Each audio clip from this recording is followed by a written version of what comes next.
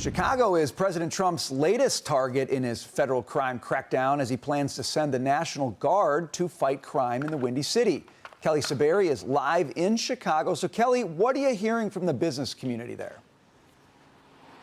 Well, Brian, several business owners in the hospitality sector tell me they are for the National Guard coming to town, and that includes Declan Morgan, who lives and works in this neighborhood. It's West Town in Chicago, about 5 minutes outside of downtown. He tells me the violence really escalated in 2020. He says he, his wife, and his employees have all been caught in the middle of the gunfire, and his customers have even been robbed while at the bar. This is supposed to be a safe neighborhood. There's $1 million condos across the street here, and you know, for Johnson and Pritzker to say we don't need help, we'll take all the help we can get. And Pritzker going down the lakefront with his bodyguards and saying, "Look how nice it is," just stupid. The president said Tuesday that this move is not political and that Chicagoans need protection. Meanwhile, the governor responded saying he has already made it clear he will not call Trump and ask for something that he says Chicago residents do not want. Well, we're going in. I didn't say when. We're going in. I would love to have Governor Pritzker call me. I'd gain respect for him and say, we do have a problem, and we'd love you to send in the troops because you know what? The people, they have to be protected. The president's absurd characterizations do not match what is happening on the ground here. He has no idea what he's talking about. There is no emergency that warrants deployment of troops. Pritzker and Mayor Brandon Johnson point to the decline of crime basically across the board since last year, but a new poll from the AP and University of Chicago shows that 81% of U.S. adults say that crime in major cities is a big problem. Brian, back to you. Kelly, thank you for that report. Good stuff.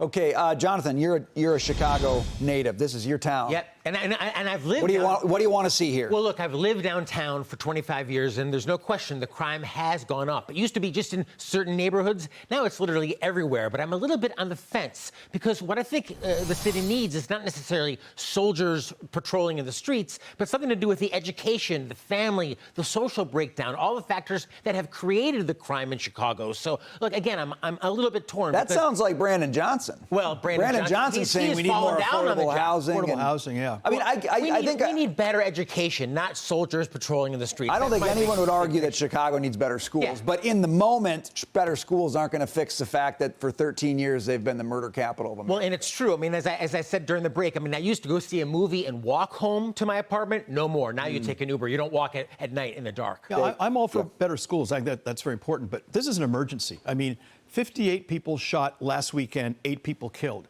And I'm all for better schools. That's very important. But next weekend, is it going to be 60 people shot and 9 people killed? And I don't think you can put schools in quickly enough between Wednesday and Friday to prevent that from happening. The Democrat Party has really become the party of crime. Here in New York City a couple days ago, we had a criminal arrested, a thug who beat a woman from the New York Post staffer. He was arrested and taken in, and Alvin Bragg, our left-wing DA, applied bail, $1.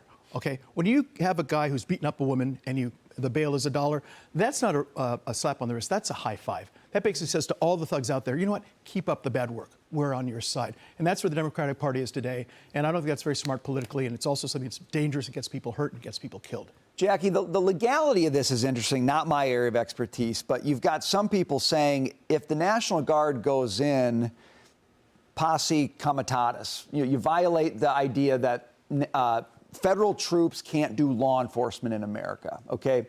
Now, the Trump administration says, well, that's not what they're going to do. They're going to protect federal property. Right. They're going to kind of backfill. I don't know. Does the legality of this bother you at all as a lawyer?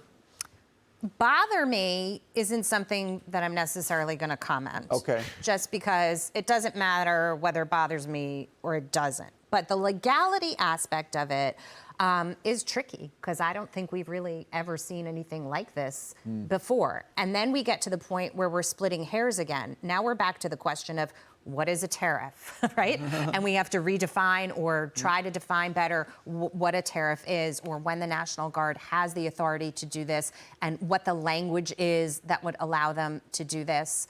You know, part of my analysis and how I've been looking at all these different aspects is how did we get here? Because many times when you're in some sort of a conflict or dispute, you wish you hadn't got there. And so you ask yourself, what went wrong here? And what went wrong is that we have a system in this country that has gotten so polarized. The right and the left are so polarized, and you see it in red states versus blue states and cities, and that's exactly how this is all playing out here.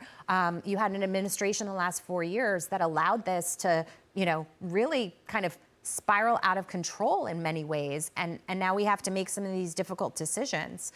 I would just add this, that you talk about the dollar bail, and we're talking about a mayor's race here in New York City. Cuomo is saying, go by that poll, everybody should drop out because I can win and beat Mondami. He was one of the main proponents of bail reform. And so you sit there and ask yourself, maybe the devil I know is better than the devil I don't, but the devil I know is pretty bad too. They're both devils. They're all devils. At the end of the day, it's all devils. Yeah, Dagan. Like living in hell, all devils. This started with the Democrats and their control of language, as fascists like to do. And that's where, again, stealing was, if you arrest shoplifters, you're criminalizing poverty. So here's what J.B. Pritzker just said on X. As a governor who cares about the well-being of my people, I can't live in a fantasy land where I pretend Trump is not tearing this country apart for personal greed and power. The fantasy land is Chicago and Illinois, even California. Do you give a flying damn about the people if you stand by and let dozens of individuals and people get shot and murdered every week? Have you been to one funeral? No. Because what they have done is the criminals are the ones who get treated like the victims. Right. And the victims and the law-abiding citizens are discarded like trash. Do they ever stand up there? Trump, Trump, Trump, Trump, Trump. Have you said one victim's name? One victim's name. Mayor Brandon Johnson 2 years ago admonished a reporter who was asking about these mobs of young people, of teens, one as young as 12, looting 7-Elevens and convenience stores. And he was asked about the mob, and he told the reporter, don't you use that language in front of me. Amazing. The mob, because in essence, you're equating these poor young people who are robbing these businesses with the Chicago mob. So again, it's about control of language.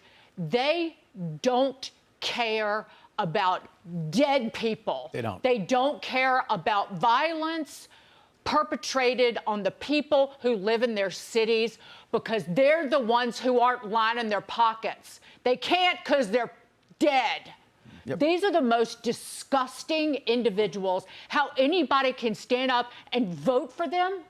Gavin Newsom last Friday before the holiday weekend commuted the sentences of 5 people who were life with no parole for murder. Commuted them. Didn't call any of the families of the victims. Horrible. Not one. Just awful. Well, I think that's why Pritzker and Johnson are deathly afraid that the National Guard comes in, because when they do and start cleaning things up, as bad as they look now, they will look worse when that happens. A big part of the National Guard, by the way, it's not National Guard arresting people. A lot of it is just if you put a Humvee at a corner in a bad neighborhood, people are like, you know what, maybe we should go somewhere else. It's called visual enforcement. Yep, totally true.